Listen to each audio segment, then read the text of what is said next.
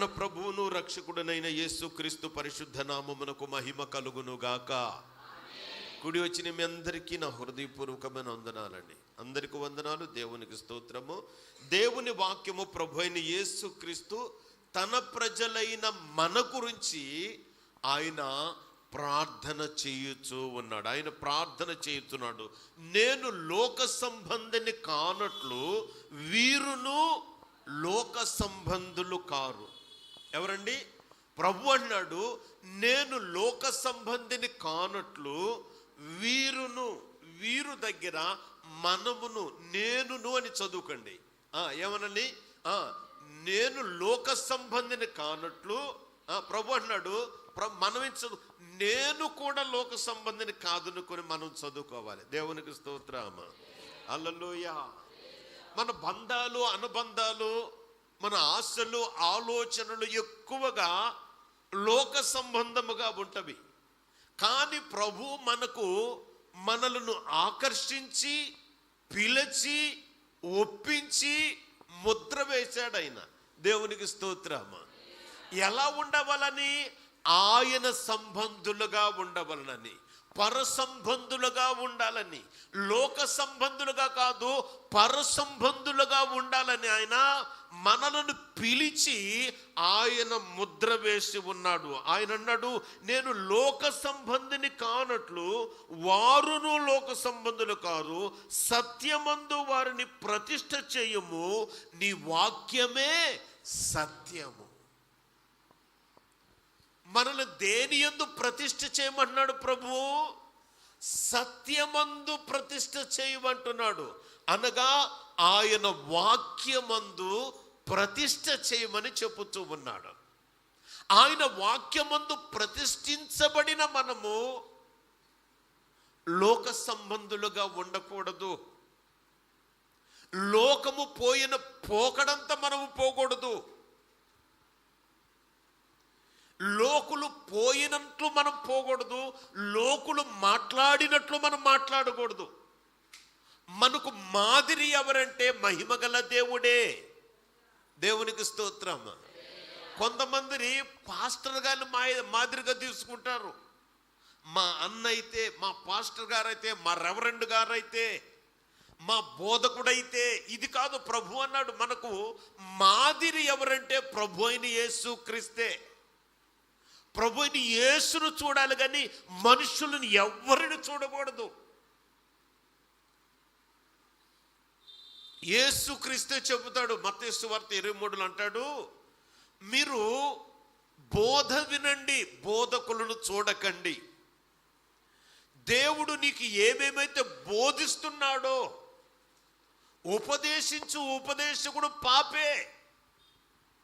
ఉపదేశకుడు లోపాలు ఉండవచ్చు, ఏదొక విషయంలో లోపం ఉండవచ్చు, కానీ లోపము లేని వాడు సంపూర్ణుడు సత్యవంతుడు ఎవరంటే ప్రభు అయిన యేసుక్రీస్తే మనకు మాదిరిగా ఉండాలి. ఏ మనుష్యుడు కూడా, అద్భుతాలు చేసిన వారిని కూడా మనం ముందు పెట్టకూడదు. మనం ఎవరిని మాదిరిగా తీసుకోవాలంటే ప్రభు అయిన యేసుక్రీస్తును మాదిరిగా తీసుకోవాలి. నేను లోక సంబంధిని కానట్లు వీరును లోక సంబంధులు కారు అంటున్నాడు ప్రభు. ఎంత విశ్వాసముతో చెప్పుతున్నాడు చూసావా? ఎందుకంటే వారు అన్నిటిని ఒప్పుకున్నారు, అన్నిటిని విడిచిపెట్టారు. పేతురంట ఆ దినము కానీ చేపలు పడకపోతే ఆయన్ని బంధించేస్తారంట, చెరసాల్లో వేసేస్తారంట. రాత్రంతా కష్టపడ్డాడు, ఇంటిలో నిద్ర లేకుండా వెళ్ళిపోయాడు. ఒకవేళ పన్ను కట్టకపోతే చెరసాల్లో వేసేస్తారు, తర్వాత మరణమేనంట. ఎంతో వేదనతో, భయముతో, విశ్వాసముతో చేపలు ఎట్టి పరిస్థితులు ఈ రాత్రి కాలం ముందు నేను పట్టాలని ప్రయత్నము చేశాడు. రాత్రంతా కష్టపడ్డాడు. తెల్లవారు వరకు ఎన్నిసార్లు వేశాడో తన అనుభవాన్ని రంగరించి, తన ఆలోచనను రంగరించి, తన ప్రాణాత్మ శరీరములంతా నలుగుగొట్టుకుని తెల్లవార్లు కష్టపడ్డాడు. కానీ ఒక్క చేప కూడా పడలేదు. అయితే తెల్లవారుతున్నప్పుడు వారు ఇక చేపలు పట్టే సమయము కాదు, చేపలు దొరికే సమయము కాదు. ఇక తమ వలలు శుభ్రము చేసుకుంటూ వారు తిరిగి ఇంటికి వెళ్ళిపోవాలని ప్రయత్నపడుచు ఉండగా ప్రభు వచ్చి ప్రజలకు బోధిస్తూ ఉన్నాడు. దేవునికి స్తోత్రం. సత్యమును గూర్చి బోధిస్తూ ఉన్నాడు, జీవ మార్గమును గూర్చి బోధిస్తున్నాడు, క్షమను గూర్చి బోధిస్తున్నాడు, దేవుని రాజ్యమును గూర్చి బోధిస్తూ నీ పడవలో నాకు కొంచెం స్థలం ఇవ్వు అన్నాడు. ఆ కూర్చోండి ప్రభు అన్నాడు. ఏది చికాకుతోనే వెళ్ళాలి కదా, ఇప్పుడు ఇచ్చాడంటే చికాకుతోనే ఇచ్చాడు. వచ్చి కూర్చుని వారికి బోధించిన తర్వాత పడవ కొంచెము లోపలికి నడుపు. దేవునికి స్తోత్రము. నీ దోణిను కొంచెము లోనికి నడుపు. ఎందుకు ప్రభు అంటే చేపలు పట్టుకొని, అయ్యా రాత్రంతా మేము కష్టపడ్డాం, రాత్రంతా శ్రమించాము, ఒక్కటి కూడా దొరకలా, ఇది సమయము కాదు, ఇది దొరకదు అని అంటే లోతునకు నడిపించన్నాడు అని అంటాడు. అయినను దొరకవు, అయినను నీ మాట చొప్పున. దేవునికి స్తోత్రము.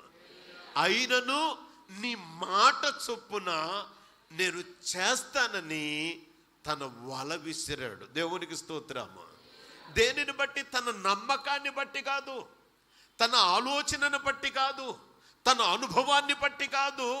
ఆయన అన్నాడు, అయినను నీ మాట చొప్పున, నీ మాట చొప్పున.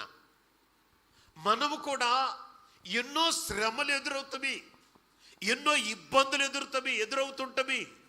ఇది దాటచాలనిది, ఇది మనము చేయజాలనిది, ఈ యొక్క అడ్డుబండను అధిగమించలేనిది అని ఎదురవుతూ ఉన్నప్పుడు నువ్వు ఆయనను కలుసుకొని ఆయనతో నీ సమస్యను సంభాషణ చేసినప్పుడు, నీ ఇరుకులను, ఇబ్బందులను, నీ యొక్క స్థితిగతులను 10 మందికి చెప్పుకుంటావే, 10 మందికి చెప్పకు.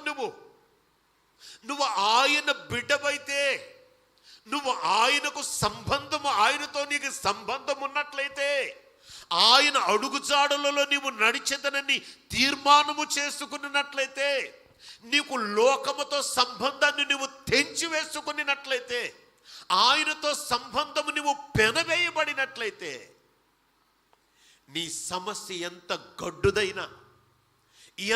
గడ్డుదైనా ఆశ్చర్యకరమైన ఆయన హస్తము తొలగించగలదు. దేవునికి స్తోత్రము. దేవునికి స్తోత్రము. అననుకూల పరిస్థితులను అనుకూలపరచగలదు.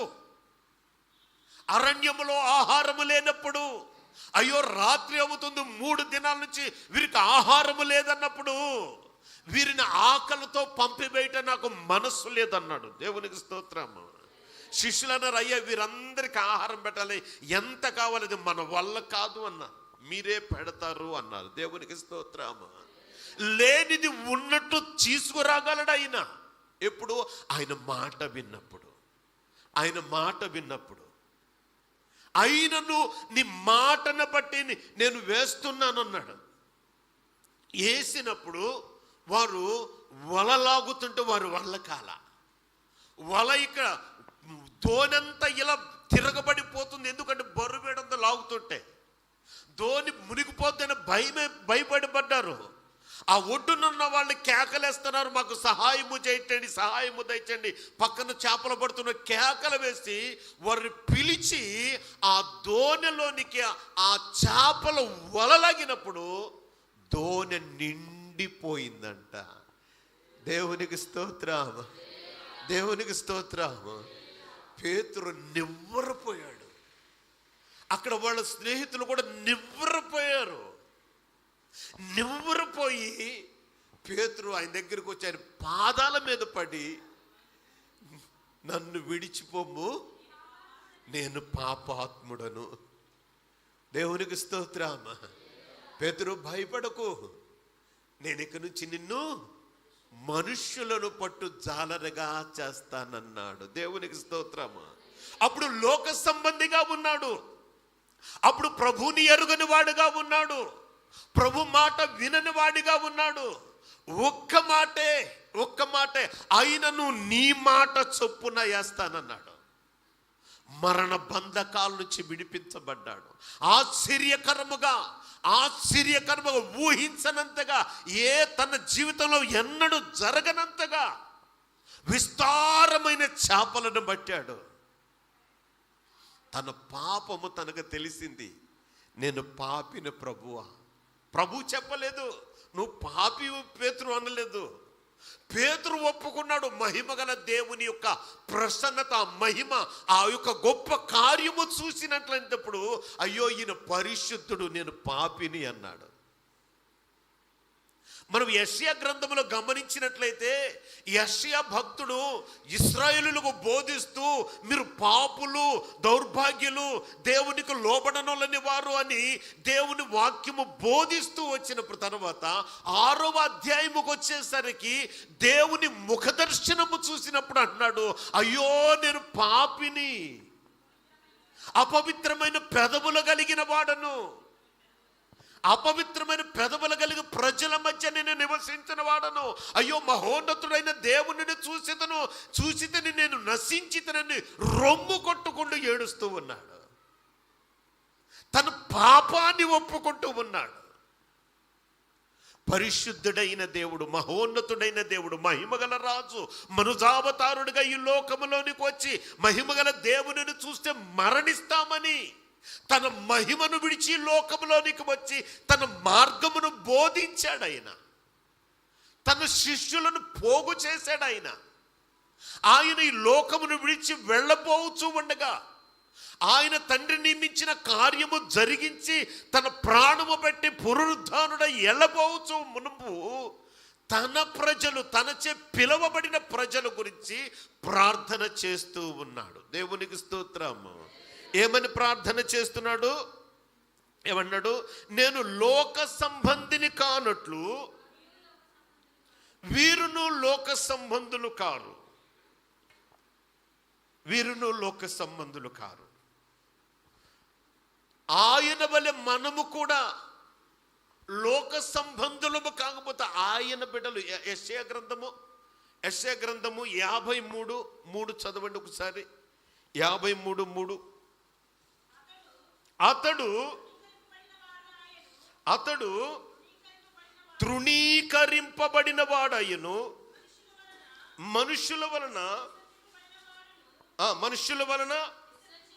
విసర్జింపబడిన వాడును, వ్యసనాక్రాంతుడుగాను, వ్యాధిని అనుభవించువాడుగాను, చూడనల్లవనిగాను ఉండెను.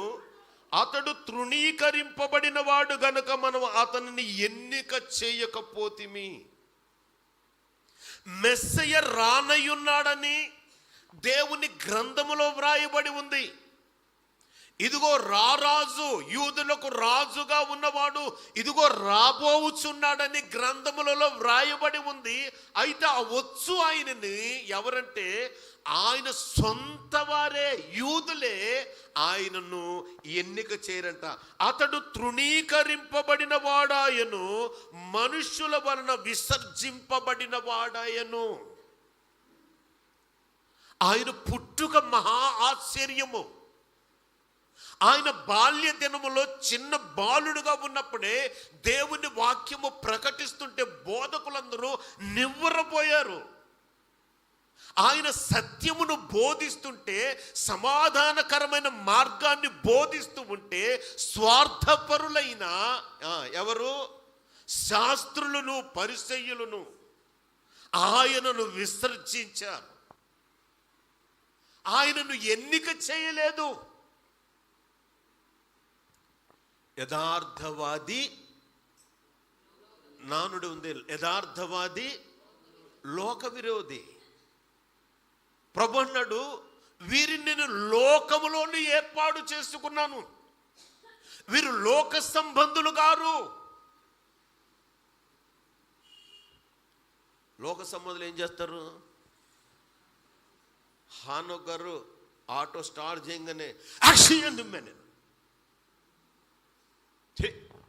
ప్రభండి, తుమ్మేం చేసిందండి?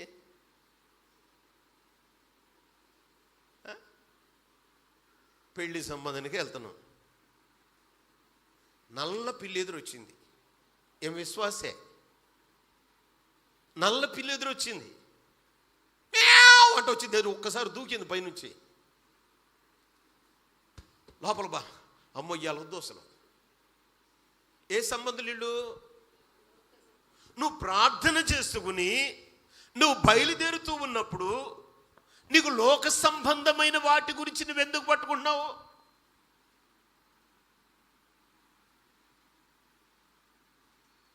ఎందుకు నీ మనస్సులో పెట్టుకుంటున్నావు?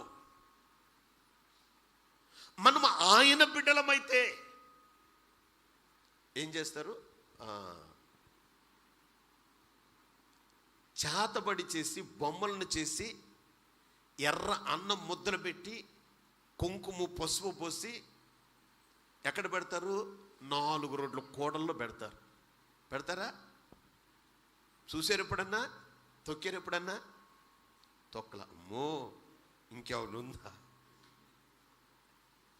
నేను దొక్కా. ఎవరు చూసారే చూస్తూనే ఉన్నావు. నా మనస్సాక్షి. ఎందుకంటే రాత్రిపూట ఆల్ నైట్ ప్రేయర్కి వెళ్ళాం. వర్షం పడింది, బురదగా ఉంది రోడ్డు. చెన్నై గారి రోడ్డే. చెన్నై గారి చర్చి నుంచి ఇలా వచ్చి ఇలా తిరగాలి కదా, కరెక్ట్గా అక్కడ పెట్టాను. నీకెట్ట కనబడింది అనుకుంటావేమో. బండి కూడా కాదు, బైక్ కూడా కాదు. నేను నడుచుకుంటే వెళ్ళేసరికి కాలికి తగిలింత జాగ్రత్త చూస్తే పసుపు కుంకం కనపడింది, అన్నం ముద్దలు కనపడింది. ఏమనిపిస్తుంది? లోక సంబంధం ఉండడు నాలుగు. వామ్మో ఏమొద్దు అని అనుకున్నప్పుడే అప్పుడు దాకా ఆరాధించొచ్చాం కదా, అప్పుడు దాకా వాక్యం విన్నాం కదా. నీ ఎదుట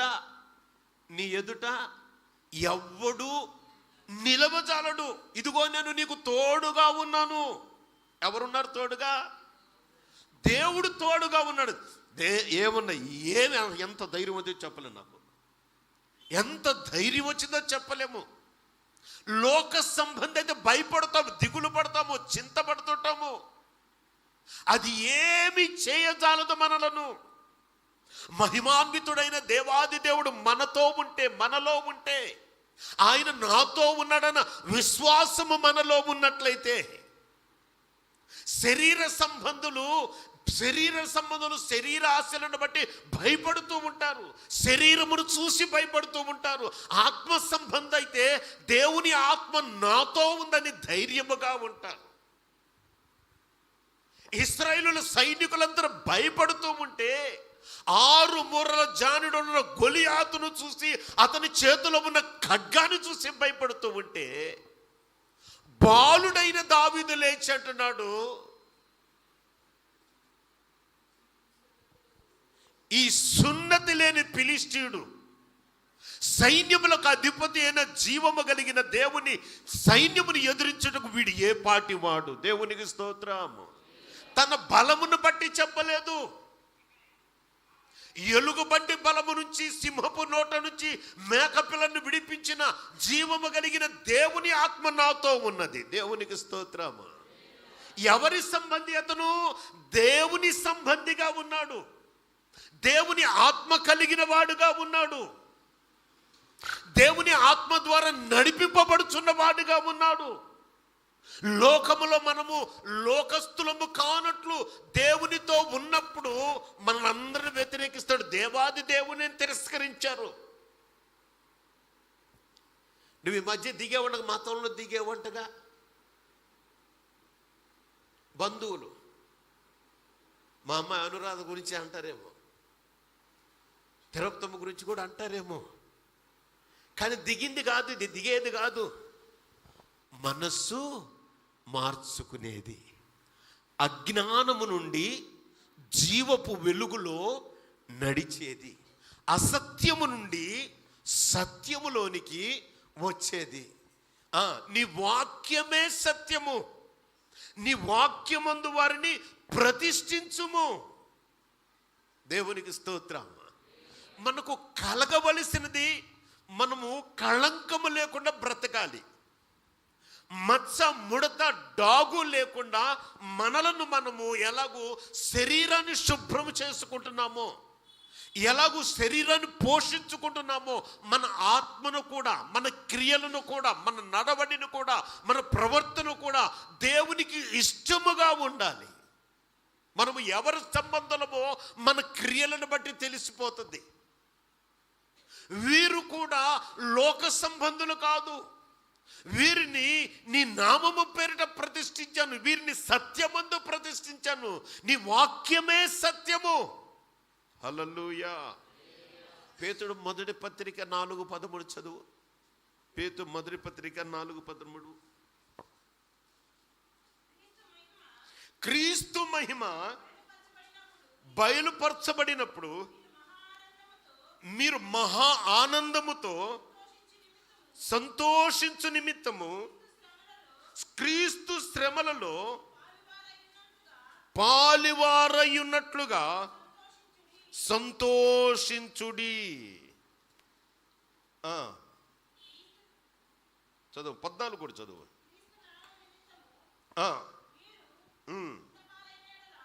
చాలు. క్రీస్తు మహిమ బయలుపరచబడినప్పుడు మీరు మహానందముతో సంతోషించు నిమిత్తము క్రీస్తు శ్రమలలో మీరు పాలివారయ్యున్నంతగా సంతోషించుడి. మీరు పాలివారేమి కాలేదు, పాలివారయ్యున్నంతగా. దేని యందు సంతోషించాలి? దేని యందు సంతోషించాలి? శ్రమల యందు. చదువు, మలుగు చదువు. క్రీస్తు మహిమ బయలుపరచబడినప్పుడు మీరు మహానందముతో సంతోషించు నిమిత్తము క్రీస్తు శ్రమములలో మీరు పాలువారయ్యున్నంతగా సంతోషించుడి. క్రీస్తు నామము నిమిత్తము మీరు నిందల పాలైన యెడల మహిమాస్వరూపి అయిన ఆత్మ అనగా దేవుని ఆత్మ మీ మీద నిలుచుచున్నాడు గనుక మీరు ధన్యులు. దేవునికి స్తోత్రము. ప్రభువును బట్టి మీకు శ్రమలు కలిగిన, నిందలు వచ్చిన, బాధ కలిగిన, అవమానం వచ్చినా కానీ దానిని బట్టి సంతోషిస్తే, దానిని బట్టి ఆనందిస్తే, ఆ యొక్క శ్రమను బట్టి సంతోషించినట్లయితే దేవుని ఆత్మ నీ మీద నిలబడుతుందంట. పౌలు గారు రాస్తున్న కొరింథీ పత్రిక 2వ కొరింథీ 12:9 వాక్యం చూడండి, 9-10 చూడండి.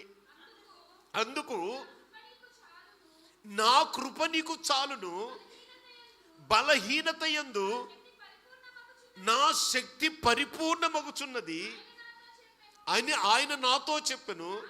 కాగా క్రీస్తు శక్తి నా మీద నిలిచియుండు నిమిత్తము విశేషముగా బలహీనతల యందే బహు సంతోషముగా అతిశయపడుదును. నేనెప్పుడు బలహీనుడను అప్పుడే బలవంతుడును. కనుక క్రీస్తు నిమిత్తము నాకు కలిగిన బలహీనతలలోను, నా నిందలలోను, ఇబ్బందులలోను, హింసలలోను, ఉపద్రవములలోను నేను సంతోషించుచున్నాను. అసలు ఒక్కటైనా తట్టుకుంటాం మనం? ప్రభు అన్నారు, వీరు నావారు, వీరిని లోకములో నుంచి నేను నీ నామమున ప్రతిష్ఠించాను. నేను లోక సంబంధిని కానట్టు వీరు లోక సంబంధులు కారు. పౌలు గారు ఎంత వ్యతిరేకం చేశాడు. క్రీస్తు పేరు ఎత్తితే చంపేశాడు, క్రీస్తు పేరు ఎత్తి ఈడ్చుకుని వెళ్ళాడు. క్రీస్తు గురించి ఎవరైనా ప్రకటిస్తున్నాడేమో పని కట్టుకుని అధికారమైన పత్రాలు తీసుకుని వాన్ని హింసించటానికి, చంపటానికి, చెరసాలలో వేయటానికి పరిగెత్తాడు. అది అతనికి జీవనాధారమైనట్లు చేశాడు. అలాంటి పౌలును ప్రభు దర్శించాడు. దేవునికి స్తోత్రము. దేవుడు ముఖాముఖిగా మాట్లాడాడు, తన వెలుగును చూపించాడు, తన శబ్దమును, తన స్వరమును వినిపించాడు. వెంటనే మారిపోయాడు. ఇక వెంటనే 3 దినాలు ఉపవాసం, అన్నపానము లేకుండా ఉపవాసం ఉన్నాడు, ప్రార్థన చేశాడు, తడవు చేయకుండా బాప్తిజము తీసుకున్నాడు. దేవునికి స్తోత్రము. వాయిదా వేయకుండా బాప్తిజము తీసుకున్నాడు. యేసే క్రీస్తును ప్రకటించడం మొదలుపెట్టాడు. ఏవేవి లాభకరమనవో అవన్నీ పెంటతో సమానముగా ఎంచుకున్నాడు. మహాపండితుడు, గమనియేలు పాదముల యొద్ద విద్యాభ్యాసము చేసినవాడు, ధర్మశాస్త్రమును అంత ఆవుపోసిన పట్టినవాడు. అతడు మహిమగల దేవుని బిడ్డగా మార్చబడినప్పుడు సమస్తాన్ని విసర్జించన్నాడు. నాకు ఏవేవి లాభకరమో వాటన్నిటిని విడిచిపెట్టాను, వెనక ఉన్నవి మరిచాను, ముందు ఉన్న వాటి కొరకు, నా కొరకు దాచబడిన జీవ కిరీటము కొరకు నేను పరుగు వెత్తుతూ ఉన్నాను, విశ్వాసమును కాపాడుకున్నాను. దేవునికి స్తోత్రము. మనం ఆయన బిడ్డలమైతే మన విశ్వాసమును కాపాడుకుంటున్నామా? శ్రమల యందు నేను అతిశయిస్తున్నాను, సంతోషిస్తున్నాను. ఉపద్రవములందు నేను సంతోషిస్తున్నాను. నేనెందుకంటే లోక సంబంధిని కాదు, లోకరక్షకుడైన యేసు సంబంధిని. దేవునికి స్తోత్రము. ఆయన బిడ్డలుగా మనం ఉన్నట్లయితే ఆయన మహిమ మన మీద ఉంటుంది, ఆయన ప్రసన్నత మన మీద ఉంటుంది, ఆయన ఆత్మ మనతో ఉంటుంది. మనము లోక సంబంధులము కానప్పుడు, లోక సంబంధులు ఏమేమి జరుగుతుందో లోకం గురించి ఆలోచిస్తారు. లోక సంబంధులు పక్కింటి వాళ్ళేంటి వారి కుటుంబం మీద ఆలోచిస్తారు. వాళ్ళేంటి మొన్న అరుచుకుంటున్నారు ఏంటి, ఆరా తీస్తారు. పక్కింటమ్మ ఈ మధ్య కనపడతలేదండి, దాని గురించి ఆరా తీస్తారు. పక్కింటి వాళ్ళ గురించి, వారి క్షేమం గురించి ప్రార్థన చేయి. వారి గురించి చెడుగా ఒక్క మాట అయినా చెప్పుకోవద్దు, ఒక్క మాట అయినా చెప్పుకోవద్దు. నువ్వు మూర్ఖులకు ఈ తరమ వారిలో నుంచి వేరయ్యి రక్షణ పొందాం. మనము రక్షకుడైన యేసు హస్తాలలోనికి వచ్చాం. మనము నేను లోక సంబంధిని కానట్టు వీరు లోక సంబంధులు కారని సర్వశక్తిమంతుడైన దేవాది దేవుని యొద్ద ప్రార్థన చేస్తున్నాడు ప్రభువు. మనము దేవుని సంబంధులమైతే దేవుని ఆత్మ కలిగిన వారముగా ఉంటాము. మనము దేవుని సంబంధులమైతే దేవునితో సంబంధం కలిగి ఉంటాం. లోక సంబంధులమైతే లోకముతో సంబంధం కలిగి ఉంటాం.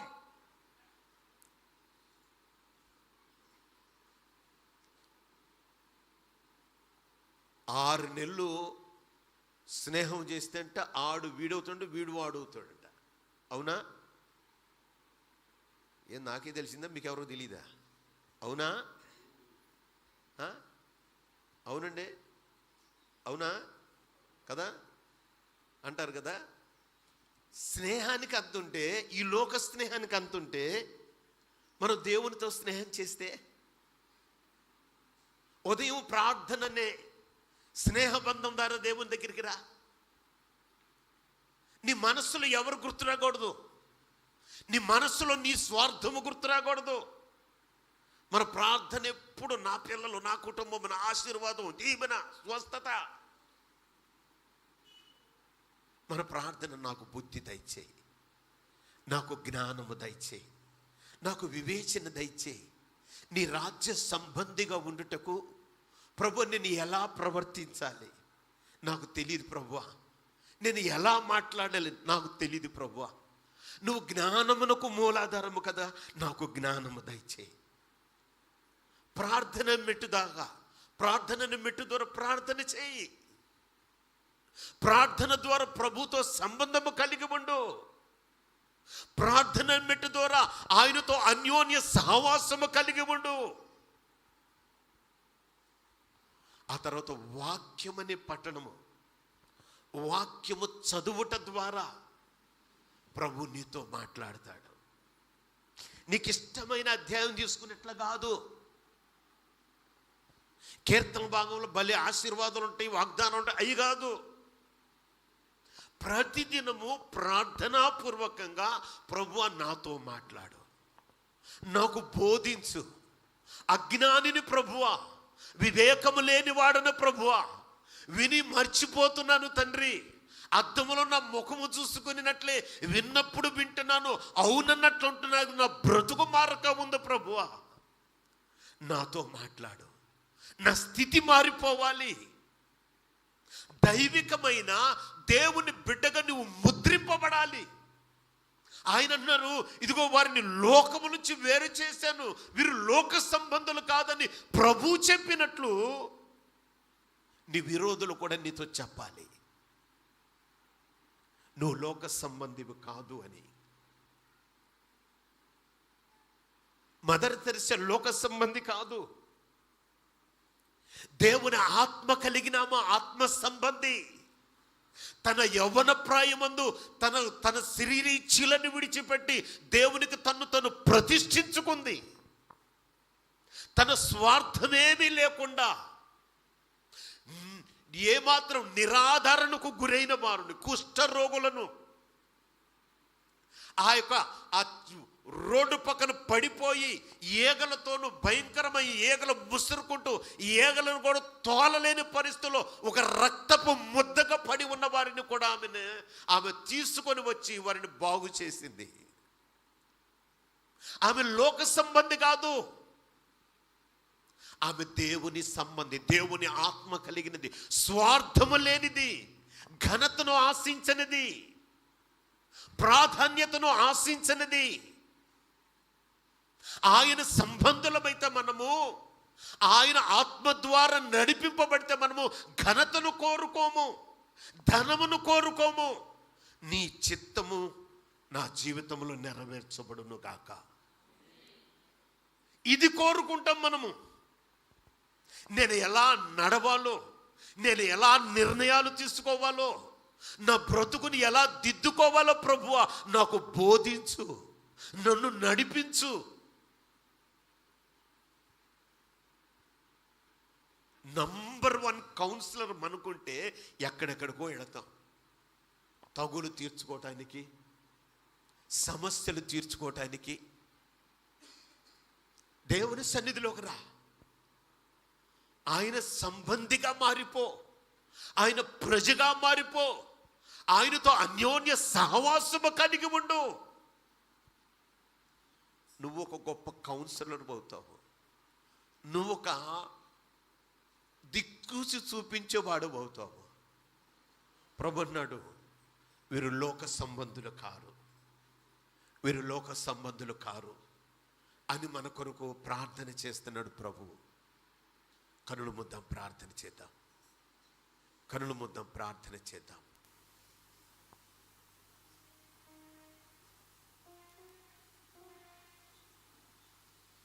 కనులు మూసి ప్రార్థన చేద్దాం.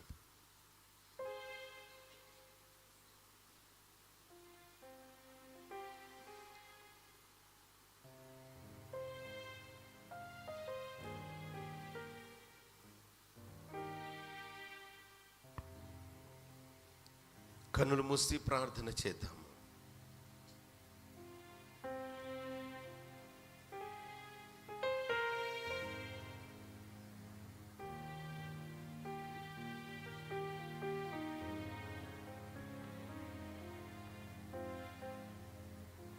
కన్నులు మూసి ప్రార్థన చేద్దాం. స్వరమిపుదం. ఆయన పవిత్రుడును, నిర్దోషియు, నిష్కల్మషముడు, పాపులలో చేరక ప్రత్యేకముగా ఉన్నవాడు, ఆకాశ మండలానికి మిక్కిలి హెచ్చయ్యున్నవాడై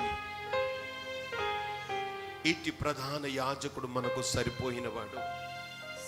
ఈ ప్రధాన యాజకుడు మన గురించి ప్రార్థన చేస్తున్నాడు. ప్రియ సహోదరి, స్వరమిపువా, ఇంకా కళ్ళు తెరిచి అటు ఇటు చూస్తావా? ఇంకా పక్కనేం జరుగుతుందని లోక సంబంధిగా ఆలోచిస్తావా? ప్రార్థన చెయ్యి. పరిశుద్ధ నామమునకు వేలాది కోట్లాది స్తుతులు, స్తోత్రములు ప్రభు. ఆశ్చర్యకరుడా, ఆలోచనకర్త, బలవంతుడైన దేవ, నిత్యుడుగు తండ్రి, సమాధానకర్తయు అధిపతి, నీకు స్తోత్రములు ప్రభు. వినిన వాక్యము నాయనా మా జీవితాలలో నా ప్రభా మేము విని ఎలా నడుచుకుంటున్నామో, మా నడక ఎలా ఉందో, మా ప్రవర్తన ఎలా ఉందో, వాక్యము విన్న తరువాత ఆ వాక్యమును అనుసరించి నడుస్తున్నామో లేదో మమ్మల్ని మేము పరిశీలన చేసుకునే ఈ సమయంలో నా ప్రభా మా అందరితో మీరు మాట్లాడినందుకు వందనాలు. కృప కలిగిన దేవా నీకు స్తోత్రములయ్యా. మా పరిస్థితి మీరు ఎరుగుదురు తండ్రి. అయ్యా మీరు వేరు కాదు, మేము వేరు కాదు అని సెలవిచ్చారు. లోకము మాలో ఉండకూడదన్నారు. అది దినదినము పనిచేస్తుంది. నవీన స్వభావము ధరించుకొనుడి అన్నారు. తండ్రి నీకు స్తోత్రములు నా ప్రభా. ప్రాచీన స్వభావాన్ని వదలాలి, నవీన స్వభావాన్ని ధరించుకోవాలి. అది వదిలితే ఇది ధరించుకోవడం కుదురుతుంది. కనుక లోకము మాలో పని చేయకుండా ఉండాలి అంటే మేము ధరించుకునే విధానము మేము నేర్చుకోవాలి. తండ్రి పాతది కొత్తది కలిపి చెరుపుతున్నామేమో ఒక్కసారి మమ్మలను జ్ఞాపకం చేసుకోండి. పరిస్థితి నా ప్రభ మీరు ఎరుగుదురు కనుక, మా అంతరంగపు స్థితి మీరు ఎరుగుదురు కనుక మీరు మాతో మాట్లాడారు కనుక నాయన స్థితిగతులను మార్చగలిగిన దేవుడవు, పరిస్థితులను మార్చగలిగిన దేవుడవు. అయ్యా ఆశాపు ప్రార్థించిన రీతిగా ఎలుగెత్తి మొరపెట్టింది ఎందుకో? కలవరము, భయము, శ్రమల సుడిగుండాలలో ప్రార్థించిన విధానము. మా పరిస్థితులు కూడా ఒకానొక సమయంలో అలాంటివే. ఒకవేళ ఇప్పుడు నెమ్మది కలిగి ఏమీ లేదన్నట్టుగా ఉన్నామేమో. ఒక్కసారి ఈ నూతన సంవత్సరములో మొదటి వారములో మమ్మలను జ్ఞాపకం చేసుకోండి. అయ్యా నీ వాక్యపు వెలుగులో మా జీవితాలను సరిచేసుకొనడానికి నీ కృప అనుగ్రహించండి.